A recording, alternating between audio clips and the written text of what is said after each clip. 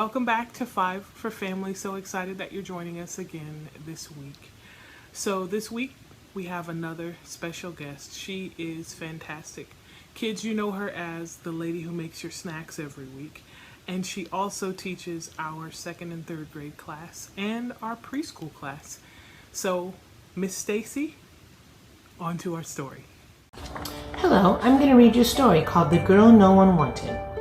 The story of Jacob, Rachel, and Leah from Genesis 29:30. There were once two sisters. The youngest sister was very beautiful and her name was Rachel. But the oldest sister wasn't beautiful at all. Some thought she was quite ugly, and her name was Leah. Rachel was the kind of girl who always gets invited to parties and chosen for the team. Everyone loved her, and poor Leah, no one hardly ever noticed her. One day, their cousin Jacob came to stay. He was one of Isaac's sons, and he was on the run.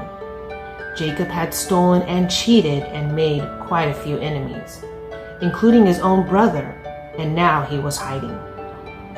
The funny thing is, Jacob, of all people, was the one God gave the special promise to, the same promise he had given his grandfather Abraham.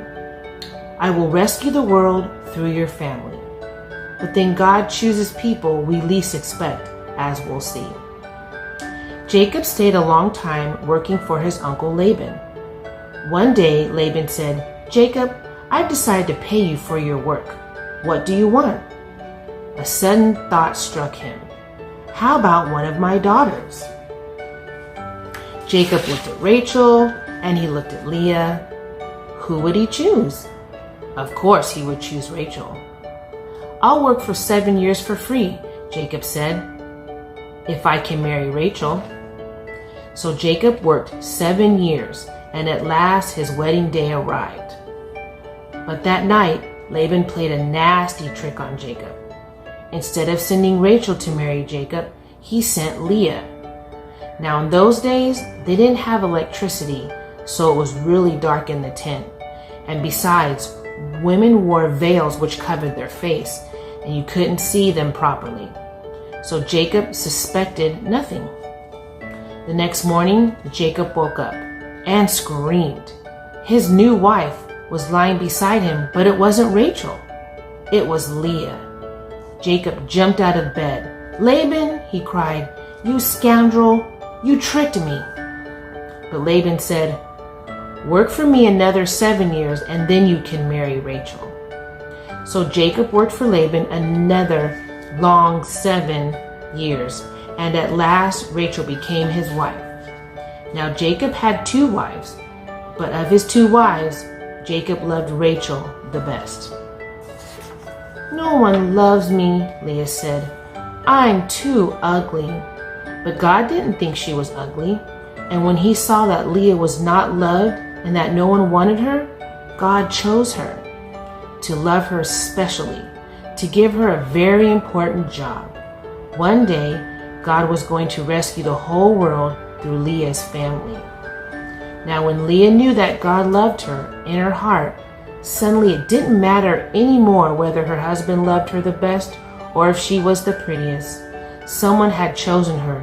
Someone did love her, with a never stopping, never giving up, unbreaking, always and forever love. So when Leah had a baby boy, she called him Judah, which means, "This time I will praise the Lord." And that's exactly what she did. And you'll never guess what job God gave Leah.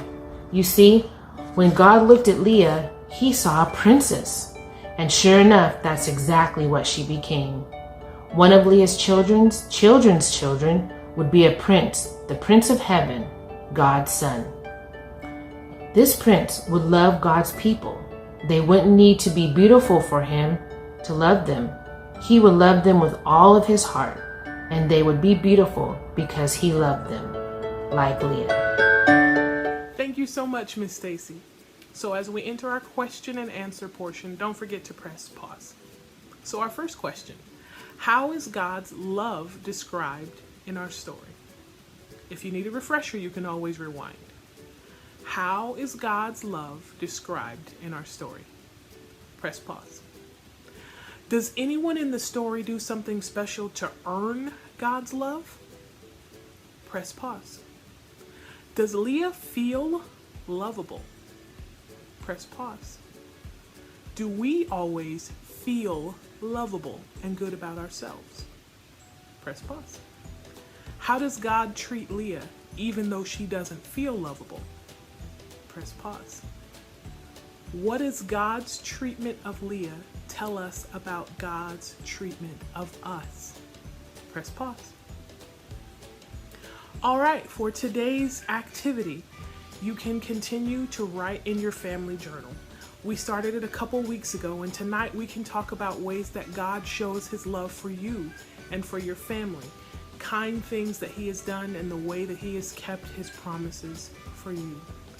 Another thing we can do today is to spend time as a family talking about things we love about each other, about how people are kind or compassionate, how they're smart, how they're helpful.